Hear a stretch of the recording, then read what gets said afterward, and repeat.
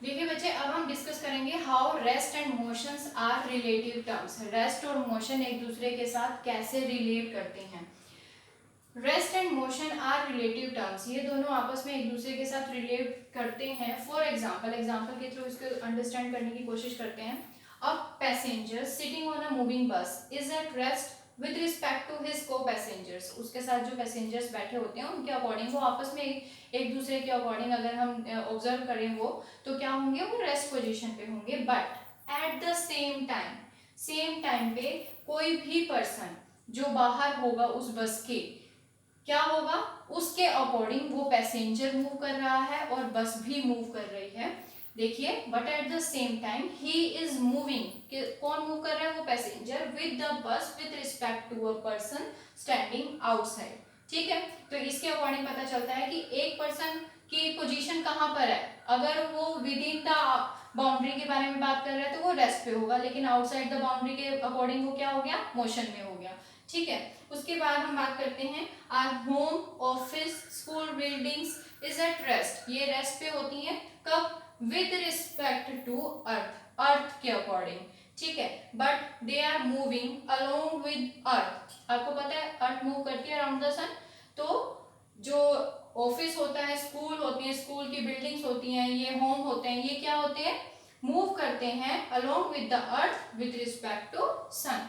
ठीक है, now we will discuss about the types of motion. There are 4 types of motion. First one is random motion, second one is translational motion, third one is rotational motion and fourth one is oscillatory motion.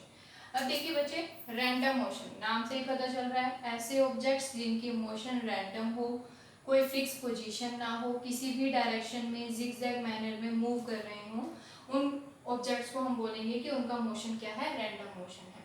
तो देखिए, random motion क्या होता है, motion having no specific path. ऐसे object जिनका motion without any specific path होता है उनको हम बोलते हैं random motion. For example, motion of butterfly.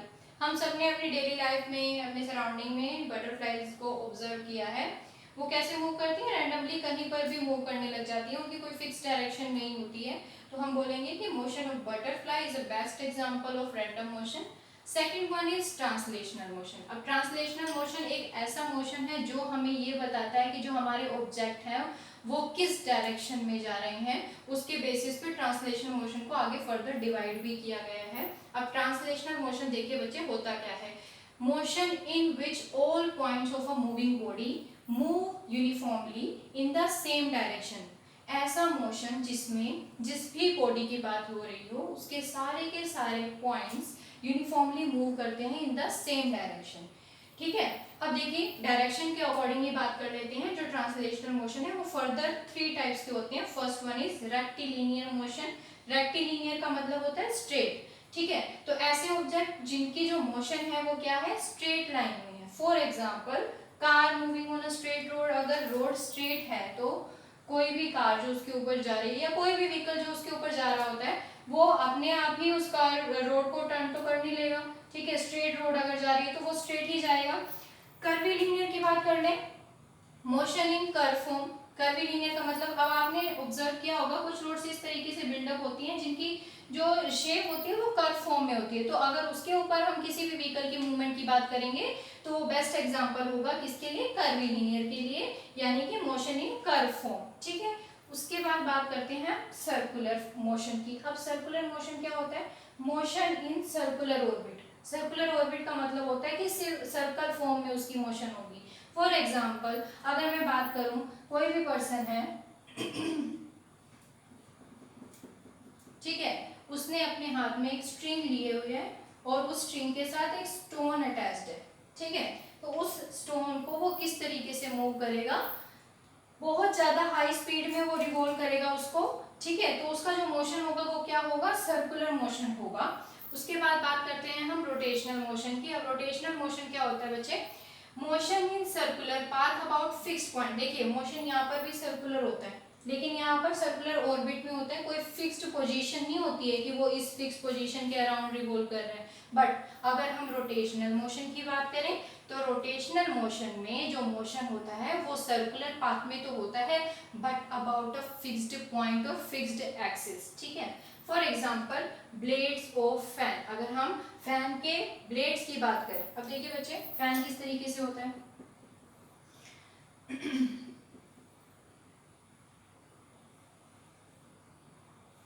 ये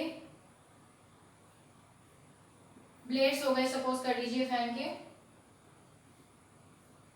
ठीक है, जो इनकी मूवमेंट होगी बच्चे, अब ऐसा तो है नहीं कि ये जो ब्लेड है ये अपने ही सराउंडिंग में रिवॉल्व करने लग जाएंगे, ये जो जिस सर्कल के साथ अटैच होते हैं जब हम स्विच को ऑन करते हैं तो इसी सर्कल के अराउंड ही तो रिवॉल्व करते हैं, तो ये इन ब्लेड्स ऑफ फैन के लिए ये फिक्स्ड पॉइंट है, ठीक है।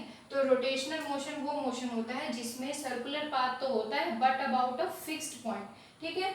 अब देखते हैं ओसिलेटरी मोशन, ओसिलेटरी का मतलब होता है ओसिलेशन होना।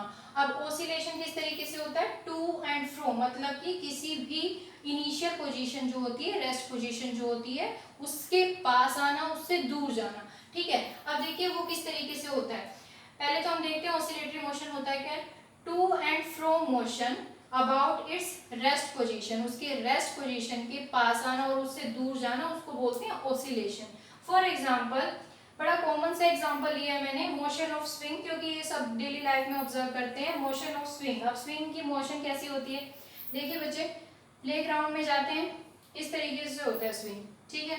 जब कोई भी पर्सन उसके ऊपर बैठता है उसमें मूवमेंट स्टार्ट हो जाती है, उसके ऊपर कोई फोर्स पीछे से अप्लाई करेगा वो, या फिर वो अपने लेग से फोर्स अप्लाई करेगा, तो क्या होता है उसकी मोशन पहले आगे की तरफ मूवमेंट होती है, ठीक है, फिर उसके बाद दोबारा सेम पोजीशन पे आता है और उसके बाद क्या होता है, उसकी पोजीशन दूर जाती है, और जब तक उस पर्सन को हम फोर्स पीछे से अप्लाई करवाते जाएंगे तब तक उसमें मूवमेंट रहेगी, बट अगर वो फोर्स अप्लाई होना बंद हो जाएगा तो क्या होगा, एक टाइम आएगा जहां से स्टार्ट किया था वहीं पर आ जाता है, इसको बोला जाता है ओसिलेशन, कि अपनी रेस्ट पोजीशन से दूर और पास जाना, ठीक है। आई होप आपको ये क्लियर हो गए होंगे स्टूडेंट्स।